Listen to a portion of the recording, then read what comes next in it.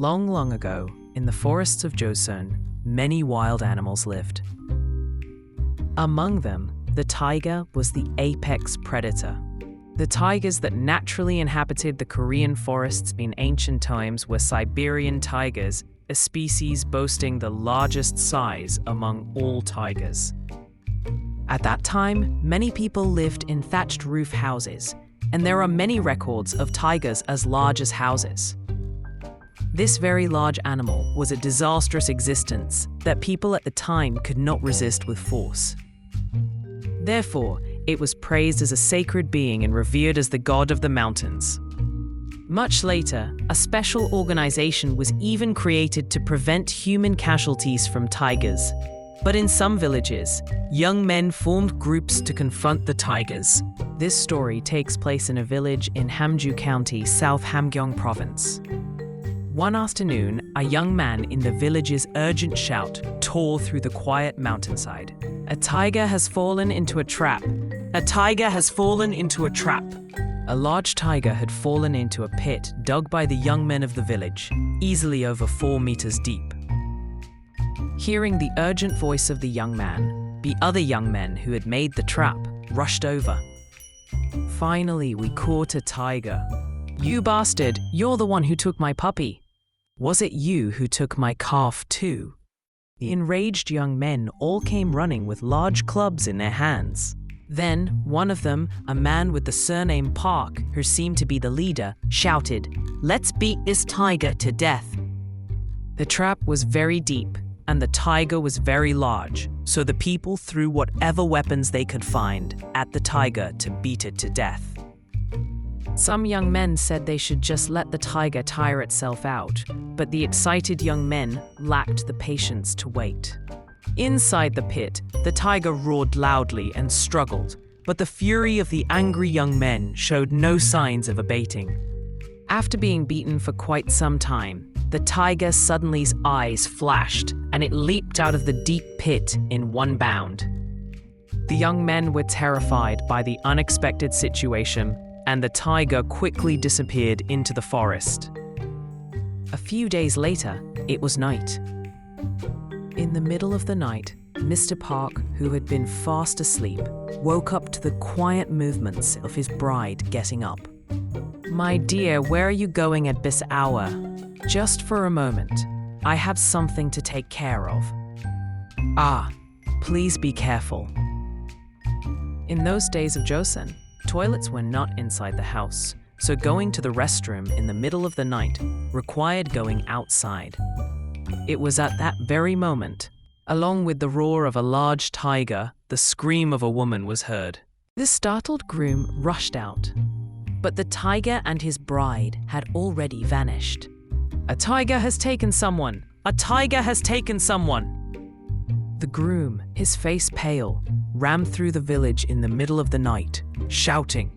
The villagers came out with torches and tried to chase the tiger, but the tiger had already disappeared without a trace. As expected of a sacred being, the tiger has come down for revenge. The villagers all agreed that they had angered the tiger, which was considered a mysterious animal, and brought trouble upon themselves. Mr. Park tried to gather his friends to catch the tiger, but no one dared to confront the terrifying tiger in the forest. A week passed. A man named Yu and his son, who lived in the same village, were returning home over the mountain path after doing business in a neighboring village. As they reached the darkening forest path, the story of the tiger that had attacked a person a few days prior came to their minds.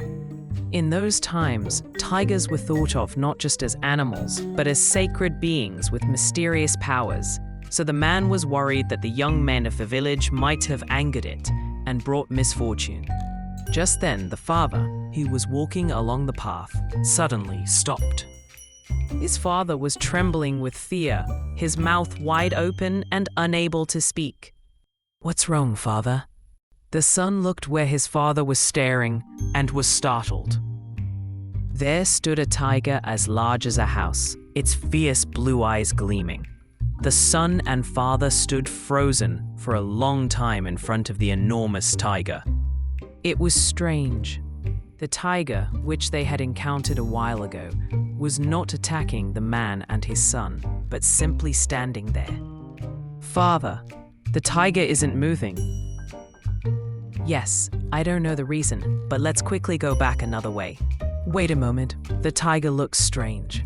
The father, frightened by the tiger, told his son to leave quickly, but the courageous son approached the tiger because of its strange behavior. The father told him to come back quickly before something terrible happened, but the son stubbornly went right up to the tiger. Looking closely, the tiger had its mouth open and tears were flowing from its eyes. "Father, it looks like something in the tiger's mouth is causing it pain." Then he put his hand into the tiger's mouth and took something out. It was a binyo, a traditional Korean hairpin worn by women to fix their hair. "Oh dear, this is the tiger that attacked someone a few days ago. Now that the tiger is all right, it will eat us," the terrified father said, but the tiger did not attack them. Instead, it bowed its head repeatedly as if to thank them, and then disappeared into the forest. The son, watching the tiger take revenge on those who had tried to harm it, but show gratitude to those who had helped it, thought that the tiger was indeed no ordinary animal. Several years passed. The father of Yu family passed away due to old age, and the funeral was being held that day. At that moment, a large tiger suddenly appeared. The villagers were startled and thrown into chaos. Then Mr. Yu stepped forward and calmed the villagers, saying, "Do not worry, this tiger will not harm us." The tiger went straight to the coffin containing Mr. Yu's father. Then, with its large mouth, it picked up the coffin and began to drag it somewhere. The bewildered Mr. Yu briefly told the tiger to stop, but soon realized that the tiger was trying to take his father's coffin somewhere, and quietly followed behind it. After a long while, the tiger arrived at a forest and placed the coffin it had been carrying down. It then bowed to Mr. Yu and disappeared into the forest. Believing that the tiger had brought the coffin to a propitious burial site to repay the kindness it had received, Mr. Yu respectfully held his father's funeral and built a tomb there. After that, thanks to the auspicious burial site the tiger had indicated, the Yu family produced many talented individuals and became a prestigious family with high-ranking officials. What are your thoughts on this story? This was Mystery Footprint, a tale about a grateful and mysterious animal from the Sehol village in Haengnam Township, Hamgyong County, South Hamgyong Province.